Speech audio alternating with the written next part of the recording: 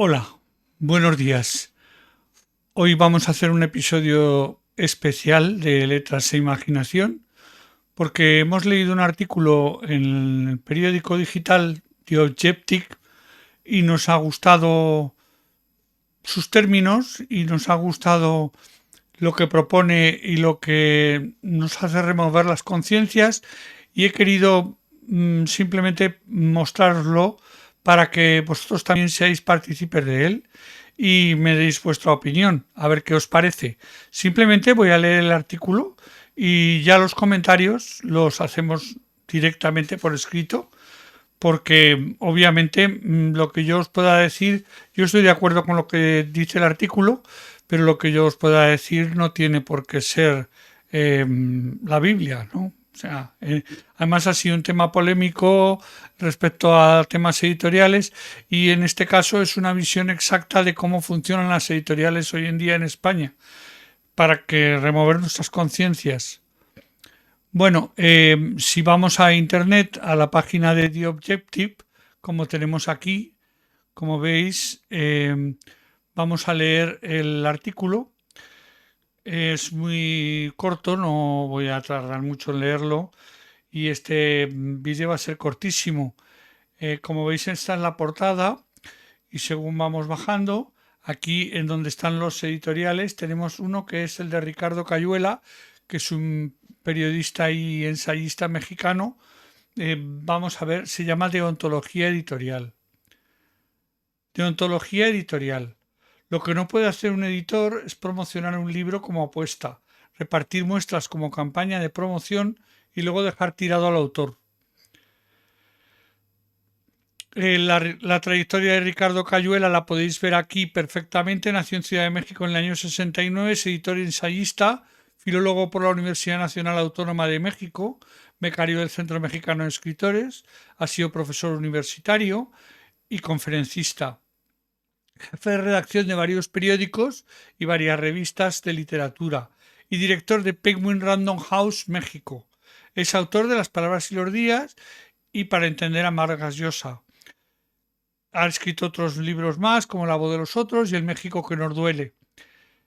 Bueno, pues Ricardo Cayuela nos cuenta. 3 son las obligaciones deontológicas de un editor.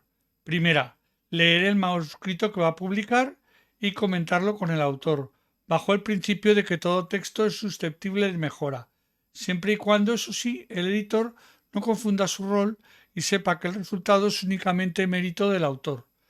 La segunda, como en la consulta del psicoanalista o del médico, que todo lo que se dice entre el editor y el autor es confidencial y se rige por el secreto profesional, de lo que se desprende que nadie puede saber nada del contenido de un libro antes de publicarse, salvo lo que acuerden el editor y el autor, en términos de la promoción. Y la tercera sería defender el libro una vez impreso con la misma convicción que el autor. Esto es que un buen editor prevé que en ese sentido las derivadas legales que puedan haber desprenderse de la publicación de un libro de contenido polémico, como sucede con las denuncias periodísticas. Nada de esto sucedió tristemente, tratándose de una editorial clave en la historia de España, con una contribución no menor a su modernización intelectual y a su progreso democrático, con el manejo que ha hecho Editorial Anagrama del libro El odio, de Luis G. Martín. Para entender con justicia los errores de Silvia Sesé, la directora de Anagrama, es necesario saber algunas cosas de la industria editorial. La primera es que se trata de una industria que se rige, como todo el mundo subatómico, por la incertidumbre. Nadie sabe con certeza cómo va a comportarse un título antes de publicarse. Los libros, si acaso, se mueven por franjas. Un libro de Arturo Pérez Reverte tiene un mínimo de lectores garantizado, aunque sea una cifra imprecisa y muy variable, pero no un máximo. Con autores desconocidos o libros de temas difíciles, ese mínimo no existe. Y su público puede tender a cero. Nadie podía predecir que un libro sobre los libros, como el de Irene Vallejo, Un infinito en un junco, se iba a convertir en un fenómeno editorial, aunque una vez que triunfe sea relativamente sencillo analizar las causas. Erudición amable, belleza formal, timbre emocional del libro, pura falacia retrospectiva. A esta impredecibilidad se le suma una paradoja. La mayoría de los libros pierden dinero o apenas alcanzan para cubrir sus costes, pero los libros que triunfan dentro de sus franjas tienen un margen de ganancia enorme. Luego, editar en este sentido es como comprar billetes de lotería, con una ventaja: la mitad tiene reintegro. Eso explica la enorme proliferación de títulos al año en España. Los editores son, digamos, ludópatas en redención, dentro de una industria en la que todos se sienten engañados cuando el problema no está en la justicia de las rebanadas, sino en el tamaño del pastel. El autor piensa que el editor le estafa y el editor culpa al distribuidor, que se lamenta del mal trabajo de los libreros, que señalan al ausente lector de sus negocios. Quien mata o salva al autor por el milagro del boca a boca siempre es el lector, y generalmente este boca a boca hoy en día es digital. Los reproches en realidad corren en todas direcciones. Mientras tanto, Amazon disimula una sonrisa letal. Todo se conjura contra la industria.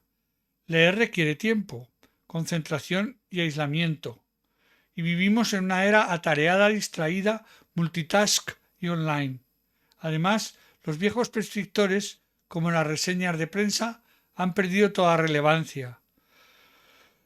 El libro compite en el mercado del ocio contra los conciertos, los cines, los restaurantes, pero sobre todo contra el efecto dopamina de las redes sociales, vía móvil. Una guerra entre ludópatas y redentos, editores contra adictos digitales, que son los lectores, y aún así la industria editorial florece y vive sus mejores días. Con una salvedad: los grandes grupos tienen tantos billetes de lotería y tanta capacidad de recortar márgenes, precio por volumen de imprenta, porcentaje de descuento por volumen en la librería, red de distribución propia, que dominan el ecosistema como los únicos depredadores. Su estrategia incluye la compra de editoriales singulares como cuota de mercado, bajo la consigna metafísica de la sinergia. Y los pequeños editores independientes pueden hibernar a la espera de que algunos títulos al año que subsidian con trabajo artesanal no remunerado. En el caso de las editoriales intermedias como Anagrama, tienen que publicar más títulos al año que los que permite su capacidad instalada, que no es rentable crecer.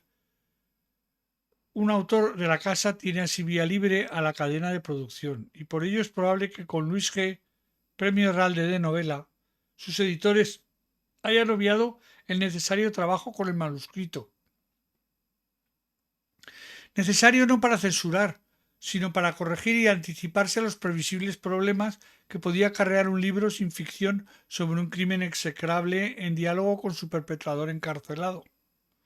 En cualquier caso, lo que no puede hacer un editor es promocionar un libro como apuesta, repartir muestras a críticos y libreros como campaña de promoción y luego dejar tirado al autor, como ocurrió en este caso, e incluso defender la censura moral contra sí mismo. Un editor de fuste, como en su día lo fue Jorge Herralde, aprieta los dientes y defiende el libro como un jabato. Por supuesto que la víctima superviviente tiene todo el derecho no tanto de pedir inútiles medidas cautelares como demandar por daño moral. Un juez dictaría veredicto. El libro también debe pasar el riguroso escrutinio de la opinión pública y los riesgos de tratar con personas y hechos reales. A mí me hubiera encantado dilucidar como lector si estábamos ante un dudoso uso comercial del true crime, morbo que desprecio, o ante una indagación intelectual sobre la naturaleza del mal, tema que me apasiona. Pero si la actitud de Anagrama es reprobable, no es menos reprobable también la de los libreros, que anunciaron un boicot contra el título. Una sociedad democrática no puede tolerar la censura preventiva. La libertad de expresión es el bien común que todos debemos defender. Incluye el doloroso tránsito de tolerar aquellos libros que atentan contra tus creencias y tus valores, y como dice una lúcida amiga, en una democracia madura, nada legal es inmoral. Bueno, y este ha sido el artículo que hemos leído de Ricardo Cayuela Galli, con el que estamos al 100% de acuerdo y que quería compartir con vosotros para que reflexionéis al respecto, y si podéis vayáis a The Objective y en su sección del subjetivo en Deontología Editorial del día 28 de abril de 2025 lo leáis. Os gustará y os parecerá, como a mí, interesante y esclarecedor respecto a un tema polémico. Y esto es todo. Muchas gracias, lectores y escritores y oyentes videntes de Letras e Imaginación. Hasta la próxima. Adiós.